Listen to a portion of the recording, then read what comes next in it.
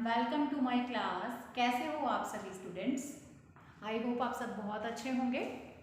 Students, आज हमारा topic है concept of measurement and evolution.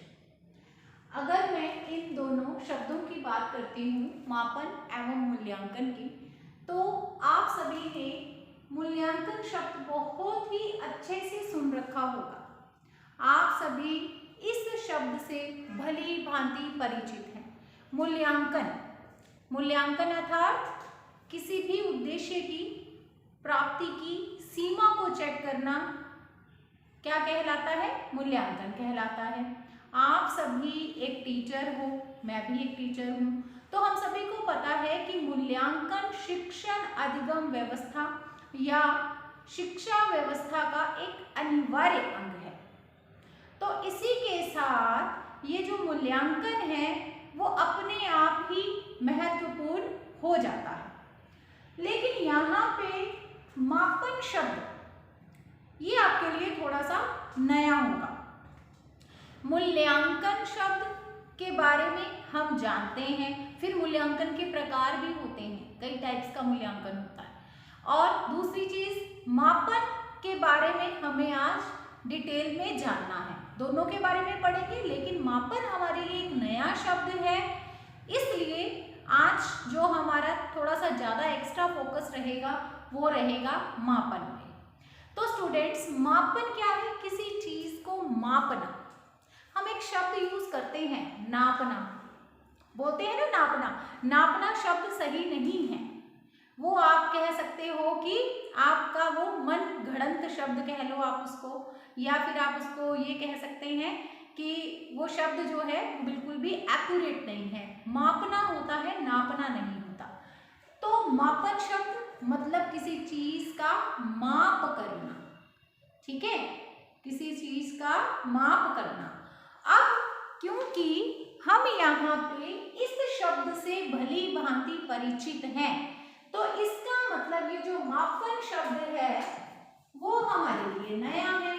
क्यों नया है उसका कारण अभी आपको क्लियर हो जाएगा, क्योंकि इस मूल्यांकन में ये मापन आ जाता है, इसलिए ये शब्द हमें नया लगता है। इसके बारे में चर्चा नहीं होती है, इसके बारे में चर्चा होती है, ठीक है।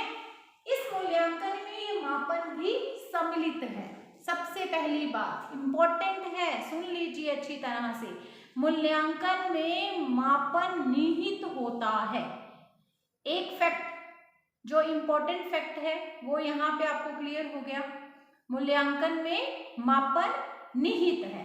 अब मापन के बारे में थोड़ा और जानना चाहिए तो मापन क्या करता है? मापन करता है किसी या किन्हीं निश्चित इकाइयों में, किन्हीं निश्चित इकाइयों में किसी भी वस्तु, ठीक है, निश्चित इकाइयां लिख दी है मैंने, तो किसी भी वस्तु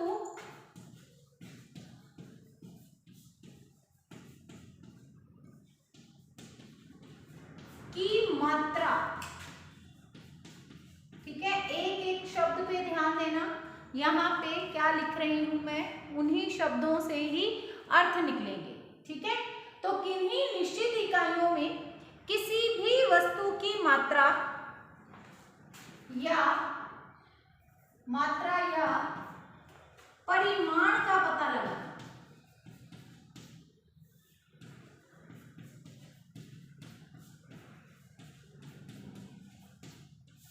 मापन है या मापन कहलाता है,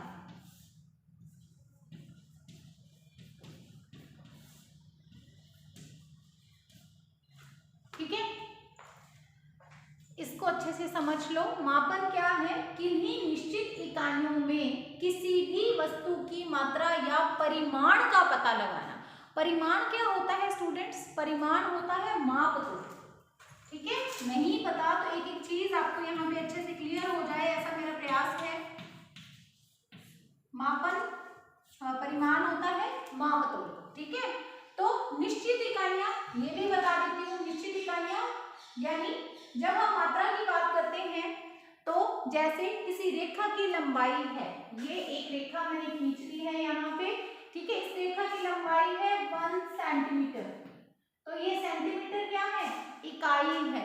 किलोमीटर, सेंटीमीटर, लीटर, मिलीलीटर, ये सारी जो इकाइयां होती हैं वो हैं, उनकी बात हो रही है यहाँ पे, ठीक है। क्लियर हो गया होगा अभी। किन्हीं निश्चित इकाइयों में किसी भी वस्तु की मात्रा, मात्रा का संबंध किससे होता है स्टूडेंट्स, संख्या के साथ। एक एक चीज पे ध्यान दे लो, अच्छे से समझ में आ जाएगा, दोबारा कभी पढ़ने की जरूरत नहीं होगी, ठीक है। मात्रा यानी कि संख्या, परिमाण यानी कि माप तोल, और निश्चित इकाइयां metre, centimetre, kilometre, millimetre, litre, ये सब इकाइयां। तो किन्हीं निश्चित इकाइयों में किसी भी वस्तु की मात्रा या परिमाण का पता लगाना मापन कहलाता है।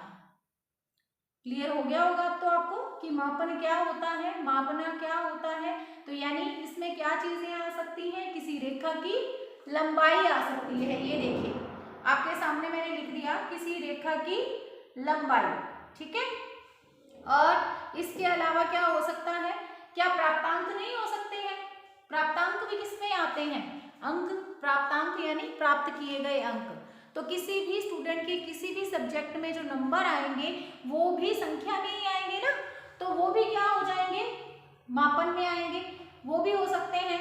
इसके अलावा क्या हो सकता है, इसके अतिरिक्त मतलब कोई भी आंसर जो कि किसमें आता हो, अंकों में आता हो, संख्याओं में आता हो, इकाइयों का जिसके लिए यूज होता हो, जो किसी के माप तोल को बताता हो, तो ये ऐसे सारे शब्द क्या कहलाएंगे, मापन के अंतर्गत आएंगे। कुछ कुछ चीजें समझ में आने लग गई होगी। यानी ये किसका आंसर देगा, तो ये आंसर देगा कितना का। कितना मतलब इतना। जैसे मैंने कहा कि राम के गणित के टेस्ट में कितने नंबर आए हैं, तो 10 नंबर का मान लीजिए टेस्ट था या 20 नंबर का टेस्ट था, तो उसमें से जो नंबर आए हैं वो क्या है, कितना का आंसर दे रहे हैं। आप क्या कहेंगे, मैंने कहा राम के गणित में कितने नंबर आए हैं, तो आपका उत्तर क्या होगा, राम के गणित में 20 में से 15 नंबर आए हैं। तो कितने की जगह आपका आंसर आया, तो यहाँ आपको इसके लिए जो सिग्निफिकेंट है जो शब्द, वो है कितना। यानी मापन से संबंधित जो प्रश्न होते हैं उनमें कितना शब्द का प्रयोग होता है, ठीक है। कितना इसके लिए सिग्निफिकेंट है। अब आपने जो है कितना शब्द को देखते ही इसका मतलब आपको पता चल जाना चाहिए कि मापन की बात हो रही है, ठीक है। उसके बाद देखिए ये चीजें आपको समझ में आ गई होंगी, संख्या, मापतोल, मात्रा, यानी इसका जो संबंध है, मापन का संबंध है, वो एक तो कितना के साथ है और दूसरा एक चीज और किसके साथ, तो संख्या के साथ, ठीक है, संख्या या परिमाण के साथ, ठीक है, संख्या या परिमाण के साथ इसका संबंध है। यानी इसमें जब हम बात करेंगे कि इसके कितना का उत्तर आएगा, तो कितना का उत्तर भी किसमें आएगा, संख्या में आएगा या तो मापतोल में आएगा, और पीछे निश्चित इकाइयां लगेंगी। अब इतनी चीज अगर आपको मापन के बारे में समझ में आ गई है तो आपको मूल्यांकन को समझना और भी आसान हो जाएगा। अब मैं आपके सामने एक एग्जाम्पल आपको दे रही हूँ जिससे कि आपको और भी अच्छे से ये चीजें समझ में आ जाएंगी। देखिए एक टाइपराइटर है, ठीक है, एक टाइपराइटर है जो 1 मिनट में 40 शब्द टाइप करता है। 1 मिनट में 40 शब्द टाइप करता है वो टाइपराइटर, और उसमें से वो 5 गलतियां करता है, ठीक है। टाइपराइटर 1 मिनट में 40 शब्द टाइप करता है और उसमें 5 गलतियां करता है। तो उसके शब्दों की जो सीमा गति है वो हो गई। एक तो स्पीड की बात हो रही है यहाँ पे कि वो 1 मिनट में कितने शब्द टाइप करता है, मापन की बात हो रही है क्योंकि स्पीड की बात हो रही है। देखो अगर मैं पूछूं कि टाइपराइटर 1 मिनट में कितने शब्द शब्द टाइप करता है तो आपका आंसर होगा 40 शब्द।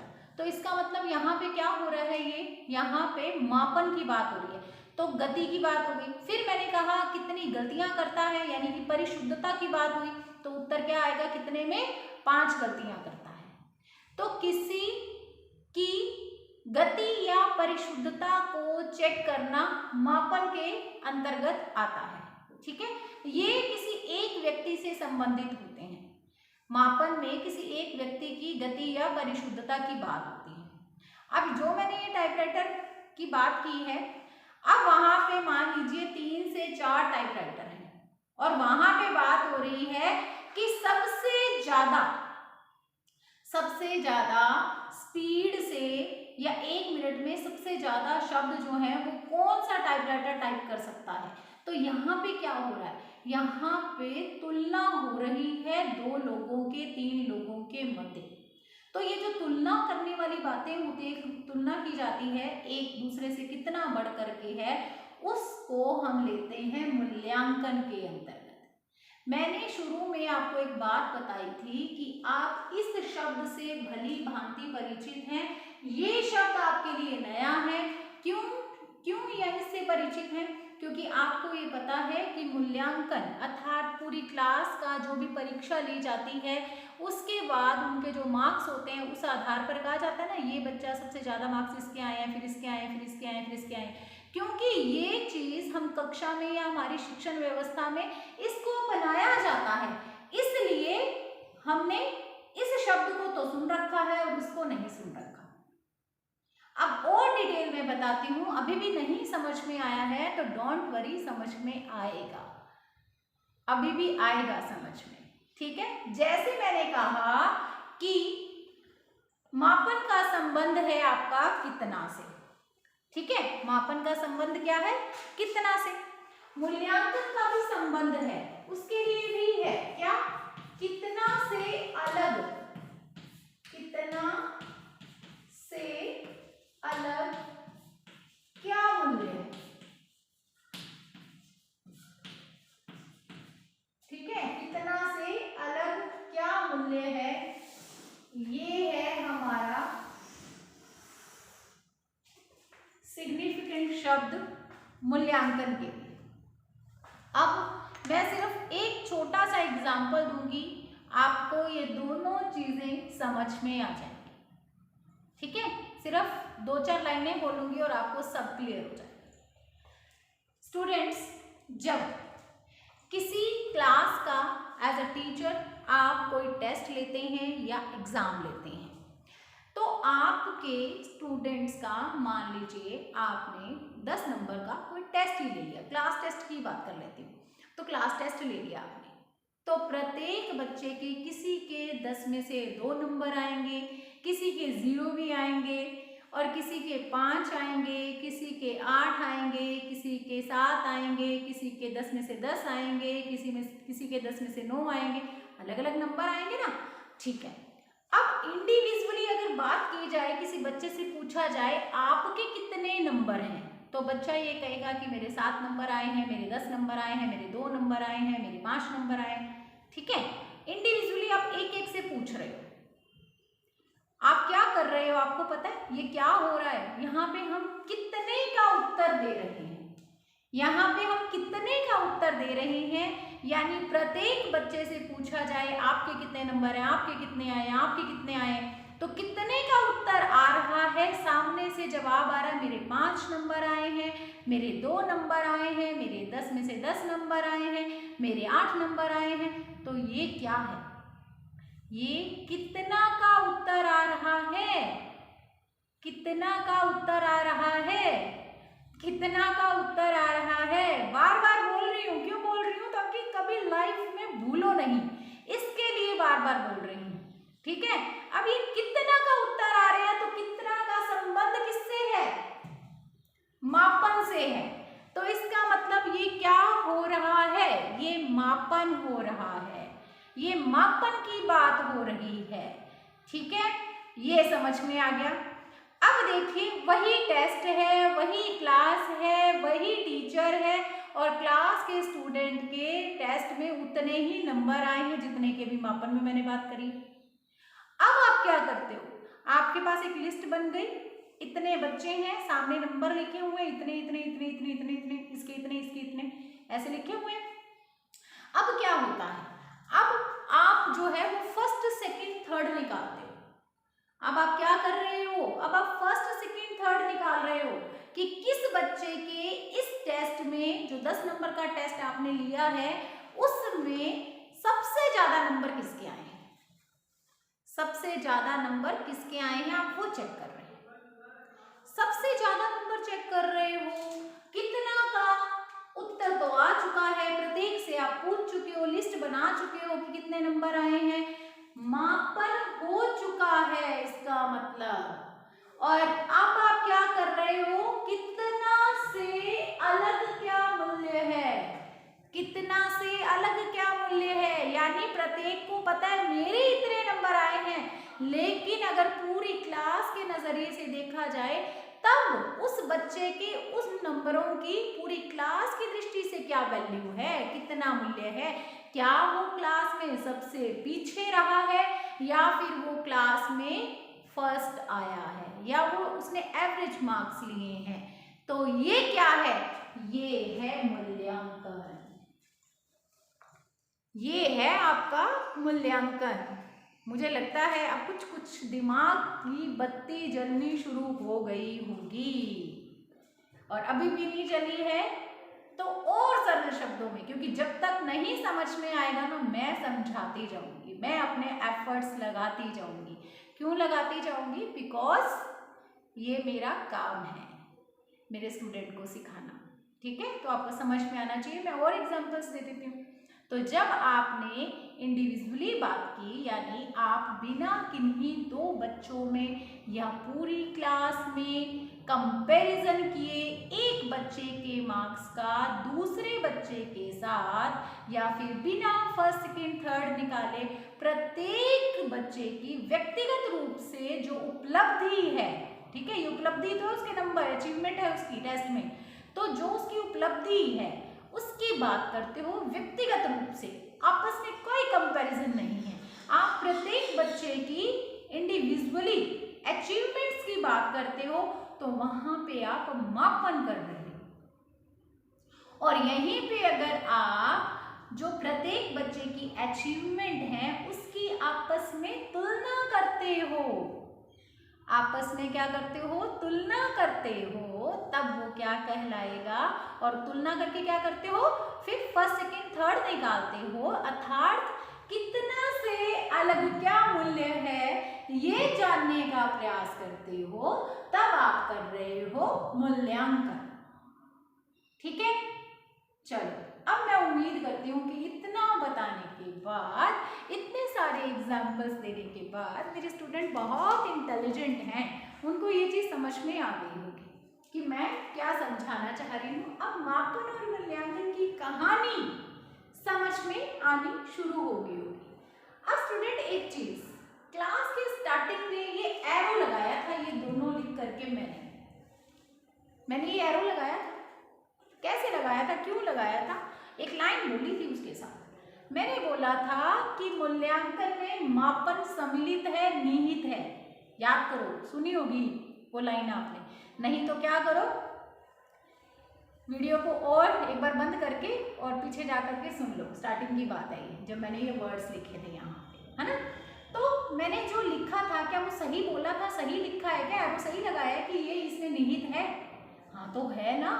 अगर नंबर ही नहीं आएंगे, अगर आपको टेस्ट में बच्चे के नंबर कितने आए हैं यही नहीं पता होगा, तो फिर कैसे फर्स्ट सेकंड थर्ड निकालोगे, कैसे कंपैरिजन करोगे, क्या पॉसिबल है? नहीं है ना। तो इसका मतलब क्या हुआ, इसका मतलब पहले हमें मापन करना होता है और मापन के बाद मूल्यांकन करना होता है, ठीक है। यानी फिर मूल्यांकन में मापन नहीं तो है, ये बात बिल्कुल सत्य हो गई, सही साबित हो गई ये चीज। और फिर दूसरी बात, जो ये मापन है उसमें हमें क्या पता चलते हैं, या मापन का संबंध किससे है, या मापन जब करते हैं तो रिजल्ट्स किसमें शो होते हैं, तो स्टूडेंट शो होते हैं रिजल्ट संख्या या परिमाण में, ठीक है। याद रख लो, मापन का संबंध संबंध संख्या से है, ये संख्यात्मक मूल्य होता है।